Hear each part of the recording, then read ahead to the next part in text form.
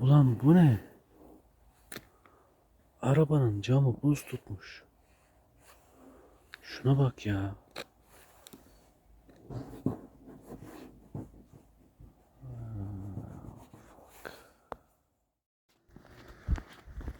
Yani gördüğünüz gibi arabanın camı buz tutmuş.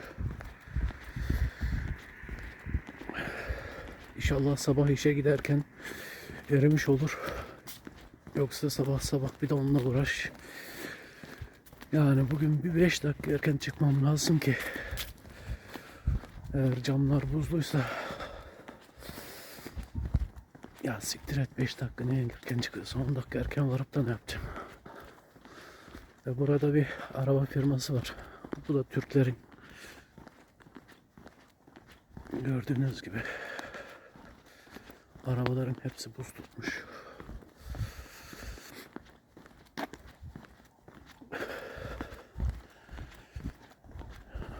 Yeni araba alır mıyım acaba?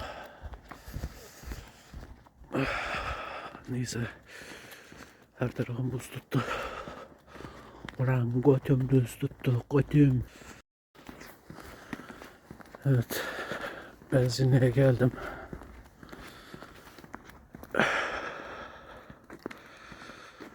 Arkadaşlar. Burası normalde 24 saat açık oluyor. Otobüs durağında da bekleyen var. Lan gece gece ben uyurken millet ayaktaymış, bilmiyordum. Sigaramı aldım. Tütün içiyorum bu sıra. Tütün. Gördüğünüz gibi simsiyah paket. Bütün paketler aynı olduğu için kasiyer bulmakta zorluk çekiyor. Anlatasıya kadar canım çıkıyor. Ya en azından tamam. Hadi bizim cazimiz. Ya ben içiyorum bunu zaten. Bunu ben paketi için içmiyorum ki. Sen bunu paketin siyah yapmakla ne anlıyorsun ki gerzek? Ne sen bunun paketini değiştirmekle benim vazgeçireceğimi mi zannediyorsun? Gerzek. Ya bu kadar adi, şerefsiz. Ya politikacı oluyorlar. Oturdukları yerden. Götlerinden üretiyorlar amına koyayım ya. Hepsi. Sen benim sigarayı bırakacağım ama bırakmayacağım. Sana ne? Parasını ben veriyorum. Anasını satayım. Zaten yarısından fazlasını vergi olarak alıyorsun. Şimdi ne diyeyim ki ben sana? Neyse. Aldım paketimi. Gidiyorum. Ellerim buz tuttu şu an. Bu arada hava 1 derece. Yani hava yağışlı olsa kar yağardı. Ya bu yıl soğuk erken geldi. Daha 10. aydayız. Ulan 1 derece ne ya? Götümüz yanıyor. Donuyor yalan. İşte ben Türkiye'yi bundan seviyorum, anasını satayım. Bugün sıcaklık istersen gidiyorsun Antalya'ya. Sonunda eve geldim. Dışarısı buz gibi ya. Ellerim bile kıpkırmızı ya. Görebiliyor musunuz ya? Şimdi ışıkta yok. Göremezsiniz. Kıpkırmızı kaldı. 1 derece olmuş ya. 10. ayda 1 derece olmuş. Hayret. Şu an Türkiye'de sonbahar. Ilık bir hava var. Ne güzel. Neyse tütünümü aldım. Şimdi tütünümü sarıp saat 3:30. Şöyle 4'e doğru yatarsam bir 2 saat daha uyku alabilirsem iyi olur. Yoksa geri kalkarım. Neyse tütüne ne zaman başladım? Ya çocuklar küçüktü o zaman. Bir ekonomik kriz geçirdim. O sıra sigarayı da bırakamadık. En ucuzu tütün içmekti. Tütüne başladık. Sonra ekonomiyi düzelttik. Ama tütün hoşuma gitti. Sigaraya tekrar geri başlamadım. Yani sigaraya geçmedim. Normal pakete geçmedim. Sigara, bu da tek sigara da. İşte ya başkalarına bakarak çok güzel. Allah'a şükür. Beni sinir eden politikacılar. İnsanların vurdum duymazlığı. Ya bir düşünsene. Demokratik bir ülkede artık protesto yapamıyorsun, gösteri yapamıyorsun. grev hakkın yok, konuşma hakkın yok, protesto hakkın yok.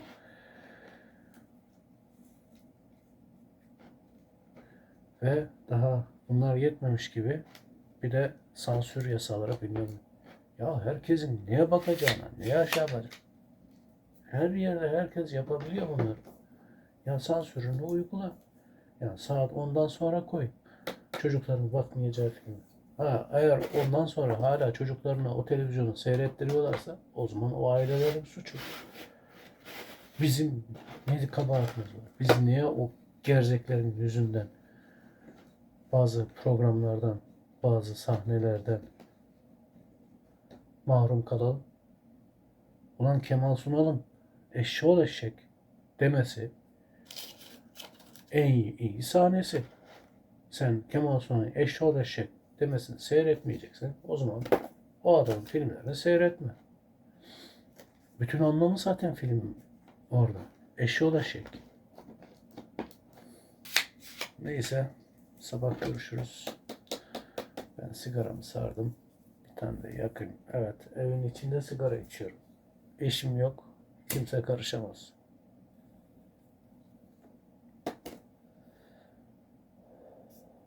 Rahatıma bakıyorum.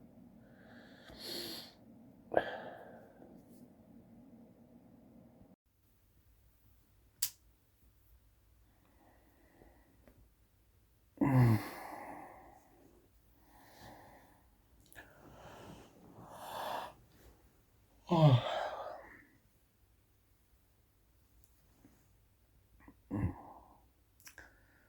Saat 6:30. İş saati gelecek yine. Kalkıp hazırlanmam lazım. Yorgun hissediyorum. Bakalım bugün nasıl geçecek.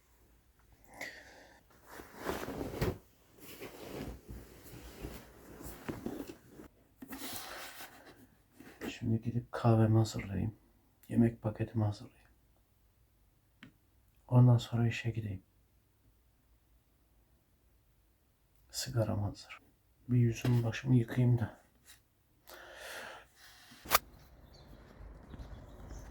Evet. Gece çıktığımda camlar buzluydu. Şimdi erisin diye dua ettik ama olmadı. Gene her yer buz. Şuna bak ya. Bütün camlar buz. Şimdi işimiz, gücümüz yok. Cam sileceğiz. Bu havada trafiğe çıkamayız.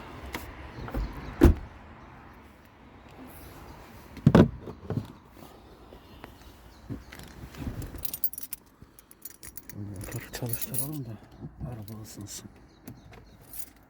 İnşallah motor çalışır. Bu eski arabaya. Soğukta çalışmazsa bekleriz. Çalıştı. Bakalım.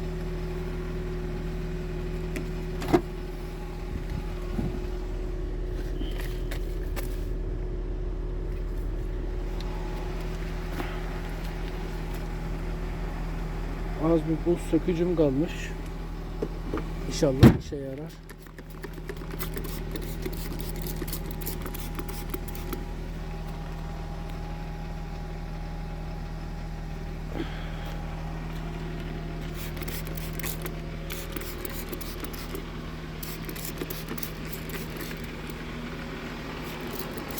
Yoksa bir buzla uğraşamam sabah sabah.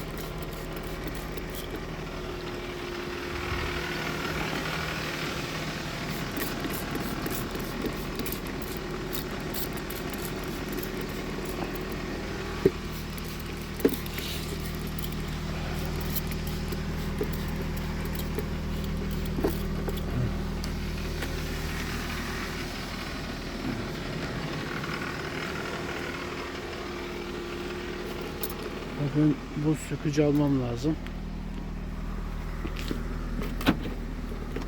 Başka yok galiba. Başka kalmamış. Allah'tan son bir buz sökücü varmış. Tamam. ya. Berbat. Her taraf yine buharlandı.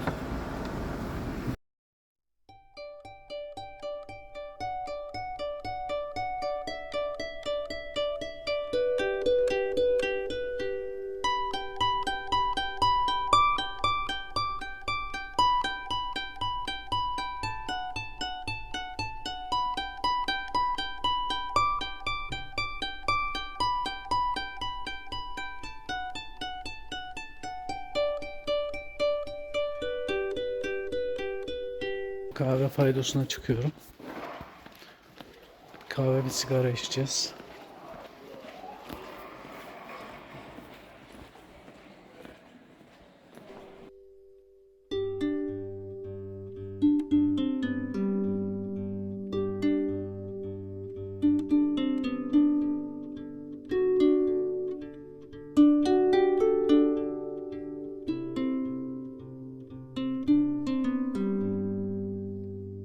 Hey you, I think you should know. Hey you, I'm feeling it so. Hey you, now where do you go? Hey you, you should let it flow. I do think you care. Ya yaka mikrofonuyla çekeyim derken arkadaş mikrofonu açmayı unutmuşum. Bütün video ağzım boş boş kaynaşıyor. Ses çıkmıyor. Neyse alışverişe gittim. Alışverişe gittiğim dükkan gördüğünüz gibi videoda yani her çeşit malzeme bulunduran bir dükkan. Ben tabure ve pil ve 404 yapıştırıcı bir de araba camları buzluydu sabah. Bayağı bir buzluydu. Buz çözücü aldım ki sabah sabah buz kazımayayım. Yani buz çözücüyü yapıştır, erisin, yürü. Yoksa işe geç kalacağız yani böyle giderse. Buradaki yabancıların ikiyüzlü olduklarından bahsediyorum. Yani sizin anlayacağınız adamlar burada e, sosyal demokratlara oy veriyorlar. Türkiye'de sağ partilere oy veriyorlar. Çünkü burada sosyal hayat tabii işlerine geliyor. Bizim Türkler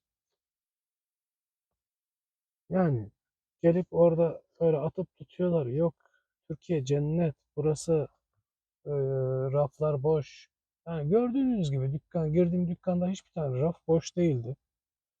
Bir çözücüyü bulamadım. O da kasanın yanındaymış. Kasanın yanından buldum ve aldım. Yani her şeyimiz tamam. Biraz bazı pahalılık var ama paramız yeterli. Mesela bugün maaşım gelmiş. 7200 kron civarında, hatta bir 4 saatim eksik. Saat ücret alıyorum. Saat ücreti 150 kron. Normalde 100, yani iyi maaş, şu çalıştığım depo işinde iyi maaş 168-170 kron. Daha yükseğini alamazsın zaten depo işinde. Ha, gece çalışıyorsan mesela veya akşam çalışıyorsan ayrıyeten 200 krona kadar çıkabiliyor. 210, 220 kronluk çalıştığım yerler oldu. Saatten bahsediyorum. 14 günlük 7200, 7500 olsa ben 4 günümde hesap etsem yani bir ayda 15.000 kron alacağım. Benim zaten giderim hemen hemen 13.000 kron. Yani çok aşırı harcamazsam 13.000 kron. Yani etimi aldım, kıymamı aldım bu ay. Sucuk var, et var, kıyma var, yağım var, peynirim var, balım var. Yani eksiğimiz yok. Fazlamız bile var. Onun için ay sonunda bana 2000-3000 kron kalacak. Taşeron çalıştığımız için 150 kron alıyorum. Eğer kontratlı çalışmaya başlarsam daha fazla alacağım. Onun için Yani bir 16 bin kron falan alırım galiba. Eğer 1-2 yıla kadar Türkiye'ye kesin dönüş yapmazsam araba alırım. Ama planımda Türkiye'ye kesin dönüş yapmak var. Tabii şu hükümet giderse olur. Yoksa bilmiyorum, aslında benim için fark etmez. Çünkü bana verecekleri 3600 kron falan olacak. Yani en azından 8000 kron. Yani Türkiye'den maaş almayacağım. Yani Türkiye'deki devlet bana maaş şey yapmayacak. Sağlık sigortasını da öderim. De şimdi burada hastalandığım zaman ambulans 5 dakikada geliyor. 5 dakika. 5 dakika. Ya telefon ediyorum. Ayakkabımı giyeyim diye şey yapıyorum. Kalp krizi geçirdim mesela. Ya ambulans gelmiş, kapıyı çalıyor. Kapıyı açmadım diye neredeyse kapıyı kıracaklardı içeriye girmek için. Herhalde beni kalp krizinden bayıldı falan mı zannettiler, ne yaptılarsa. Yani 5 dakikanın içinde geldiler. Türkiye'de 1 saat mi bekleyeceğim? Yarım saat mi bekleyeceğim? Ondan sonra gittiğim hastane beni kabul edecek mi? Kalp uzmanı var mı? Yoksa ilçe hastanesinden şehir hastanesine aktarmalı mı gideceğim? Ambulanslarda doktor var mı? Mesela ben burada ambulansa girdiğim zaman hemen bana müdahale yapılıyor. Yani ambulans kapımın önünde yarım saat bekliyor, müdahalesini yapıyor. İlk müdahale çok önemli. Yanında doktor var. Ambulansçılar anlıyor yani bu işlerden. Kalp için müdahale yapmasını biliyorlar. Ambulansçılar ilk müdahaleyi yapıyor. Ayrıyeten şoförler falan yok. Bunlar hem ambulansçı hem şoför. 2 kişiler. Böyle 3 kişi falan değil. Türkiye'deki gibi. 2 kişiler geliyorlar, seni alıyorlar. İlk önce ambulansta müdahaleni yapıyor. Ondan sonra hastaneye götürüyorlar. Hastaneye gittikten sonra e, ameliyathaneye direkt, zaten ameliyathaneye giriyorsun. Acil olduğu için. Bilmiyorum yani, burası sağlık yönünden de çok iyi. Yani şimdi Türkiye'de bir kalp krizi geçirirsem kurtulabilir miyim? Yani en azından büyük ilçede falan, büyük şehirde falan durmam lazım galiba benim. Böyle ilçede falan kurtulabileceğimi zannetmiyorum. Ben Denizli'de ikamet ederim. Denizli'de maşallah bayağı bir özelde hastane, devlet hastanesi de çok. Onun için belki kurtulurum orada. Ya Türkiye'deki insanların hayatı rulet, yani Rus ruleti gibi bir şey. Belki yaşarız. Burada öyle bir şey yok. Burada belki yok. Burada her şeyimiz garanti. Yani en geç 15 dakika sürer ve bana 5 dakikada geliyor. Yani ambulans. Yaşadığım şehir 2,5 milyonluk şehir. Türkiye'de tabii daha fazla ama bu sadece burası için geçerli değil. Almanya'da da aynı. Almanya'da 80 milyon. Hani ya orası 5 milyonluk ülke. 6 milyon, 6,5 milyonluk ülke burası. Orası 6,5 milyonluk ülke. Tabii öyle olacak. Ya abicim tamam da Fransa 60 milyon. Belki daha fazla, bilmiyorum da. Almanya'yı biliyorum. Almanya 80 milyon. Bir 6 milyon mu fazla Türkiye'de? Almanya yüz ölçümü belki Türkiye'den daha büyük. Adamlar her şeyi yerli yerince oturtmuşlar. Kanun var, adalet var, altyapı var, işçi hakları var. Almanya'da da öyle yani. Tamam, belki Danimarka daha rahat Almanya'dan ama yoksa Almanya'da rahat yani, Türkiye'den bin çeker Türkiye'yi. Ha şöyle diyeyim. Danimarka'nın öyle endüstrisi yok. Araba markaları yok. Saat markaları yok. Ama Danimarka tarımda birinci. Domuz ihracatında birinci. Amerika'ya, İngiltere'ye domuzları Danimarka gönderiyor. Kendi ununu, kendi ekinini çıkarıyor. Kendine yetiyor ya. Ancak meyve, sebze bunları da İspanya'dan, Türkiye'den nereden ucuz bulursa oradan alıyor. Onun için bizim burada eksiğimiz yok. Her taraf cennet gibi gördüğünüz gibi bak. Yani park yerleri, şurası mesela bizim hani kapının önünde, size şimdi önünde mesela mangal yapmak istersek çıkıyoruz abicim. İşte burası. Burası mangal yapma yeri. Gördüğünüz gibi. Tamam, yol kenarı ama